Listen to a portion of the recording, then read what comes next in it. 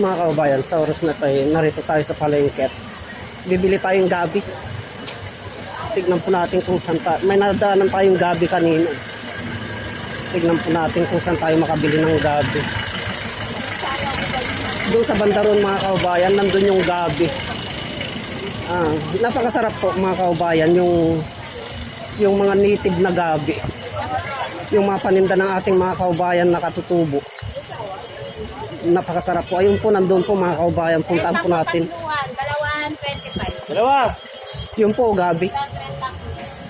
Masarap po yun. Ito, bili po tayo nito mga kababayan. Gabi. Pag gabi po ng mga katutubo, malambot po yan. Masarap po. Kaya bibili po tayo. Ito po gabi oh. Malambot po ito mga kaubayan. Ito ang gabi na hindi Makati. May mga gabi na Makati. Makati ba ito kabages? Hindi.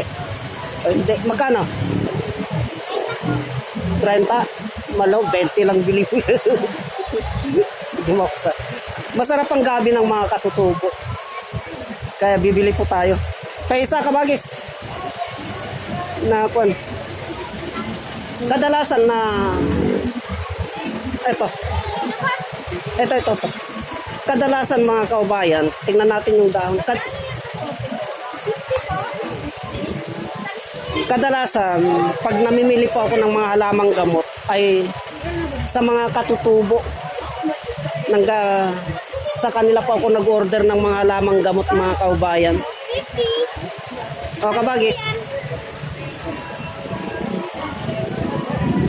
Ito puro mga native ang kanilang paninda.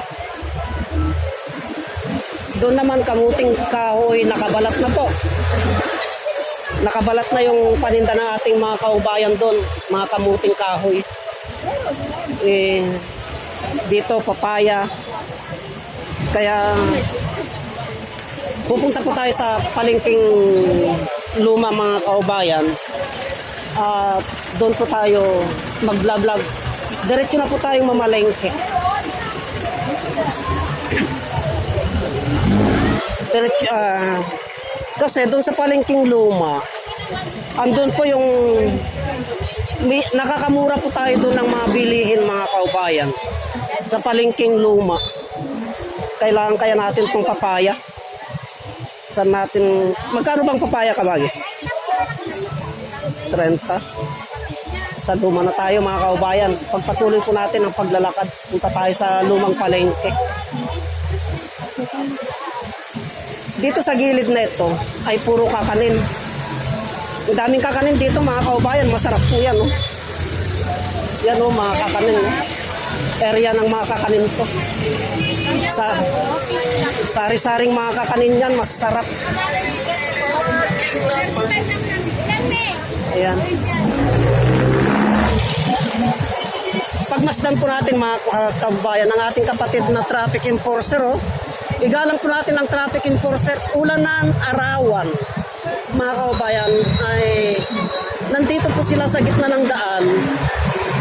At isinisipin nila yung ating mga kababayan na tumatawid para walang disgrasya. Kaya saludo tayo sa ating mga kababayan, sa ating mga kapatid na traffic enforcer. Igalang po natin sila mga kaubayan. Sundin po natin yung batas traffic po para safety po tayo na tumatawid.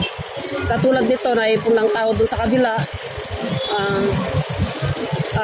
Pag in-stop na po na gano'n, tignan mo ang tigas ng ulo ng kababayan natin ngayon. Hindi sumusunod sa batas.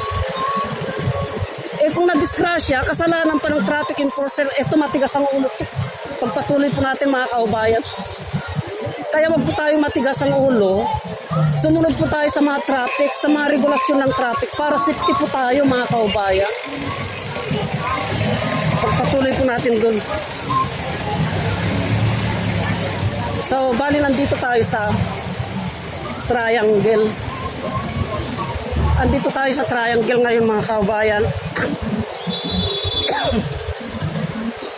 At eto, nadaanan natin sa triangle. Oh. Merong mga kwan dito mga kaubayan. Oh. Merong mga gamot na daanan natin. Madalang lamang po yung mga ganito. Ito generika mga kaubayan. Kaya yung ating mga kaubayan na nangangailangan ng mga gamot, nandito sila sa triangle ngayon. Triangle nga. Punta na kayo dito. Sa libreng BP. Ayun tinatas ng ating kaubayan yung kanyang pang-BP. Maraming paninda dito mga kaubayan. Na transparency and good governance. Yan po. Pagpatuloy po natin ang paglalakad. Farmers Association Santa Rita, Olonga po. Yung mga vendors association ito mga kaubayan, nandito sila sa triangle ngayon. Yan. So ito naman mga pod, mga pagkain. Layo tayo at may tugtog, baka makapiright tayo mga kaubayan. Kaya punta na kayo dito mga kaubayan, baka Baratillo. Baratillo ito. Baka nakakamura kayo dito mga kaubayan, kaya samantalay na ninyo, punta po kayo dito sa triangle ngayon. Nandito po sila mga kaubayan. Kaya pagpatuloy po natin ang paglalakad. Punta tayo sa lumang palengke. Tara na po, samahan niyo ako mga kaubayan.